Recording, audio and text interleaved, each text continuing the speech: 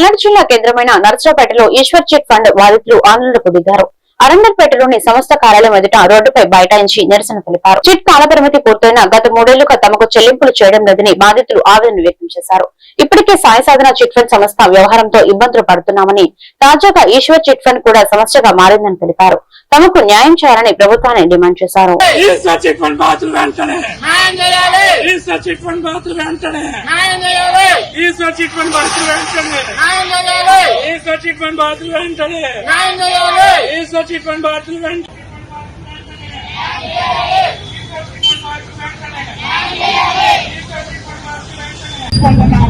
అని చెప్పారండి. ఇప్పుడు ఇంకా బాధితులు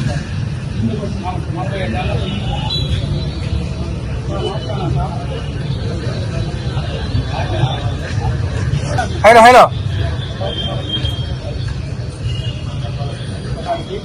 మేము 47 నెలలు కట్టాము సార్. చివరి వరకు కట్టాము. ఇంతవరకు 2019లో 25 లక్షల రూపాయలు చిట్ వేసానండి. నేను ఫిరంగిపురం వాసిని.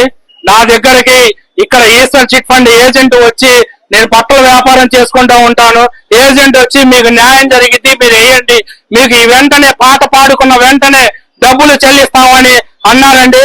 దాన్ని డైరెక్టర్ అయిన సత్తాజ్ అలీ గారు కూడా నాకు హామీ ఇచ్చారు.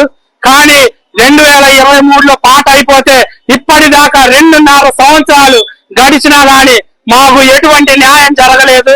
ఇప్పటిదాకా మాకు ఎటువంటి డబ్బులు ఇవ్వలేదు. వారు చూస్తే లండన్ లో ఉన్నారు సత్తాజ్ అలీ గారు. వారి తండ్రిని ఇంటికి వెళ్ళి అడగ, నువ్వు నాకు కట్టావా ఏంది అని నా దుష్పాలు ఆడుతూ అసభ్యకరంగా మాట్లాడుతూ వేసిచ్చారండి. ఇంకా నాకు గత్యంతరం లేక గ్రీవెన్స్ సెల్ లో కూడా పెట్టానండి. కానీ అప్పుడు నేను ఒక్కడే పెట్టాను. ఇప్పుడు బాధితులు అందరూ ఏకమయ్యామండి. ఏకమై నెలకు 50,000 రూపాయలు చిట్టు కట్టానండి. దానికి మేనేజర్ సువాని గారు, Eshwar chit fund director Sattaj Ali, వారికి ఆస్తులు, స్థిర చరాస్తులు 100 కోట్లకు ఉన్నాయండి.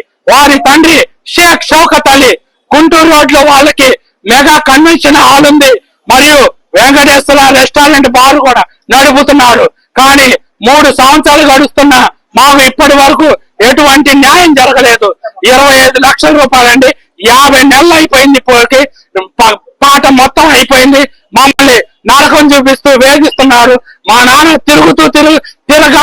తిరగగా ఇంకా గుండెపోటుతో మరణించారండి. ఆ వీడియో కూడా నా దగ్గర ఉంది. లాస్ట్ వీడియో కూడా తీసుకున్నాము. మా నాన్నగారు ఇంకా, అయ్యా వెంటిలేటర్ మీద ఉన్నప్పుడు మా నాన్నగారు అప్పు చేశారు, దానికి వడ్డీ కడుతున్నానయ్యా, మా డబ్బులు చెల్లించయ్యా, మా గొడవలొద్దు అని మాట్లాడినా గాని ఇస్తాను మా అబ్బాయి వస్తాడు అంటున్నారే గాని 2.5 సంవత్సరాల కాలం గడిపారండి. మాకు ఇంకా ఎటువంటి తెలియకుండా ఇంకా మేము పాఠాయించడం జరిగింది. మాకు వెంటనే సత్వర న్యాయం చేయాలని మేము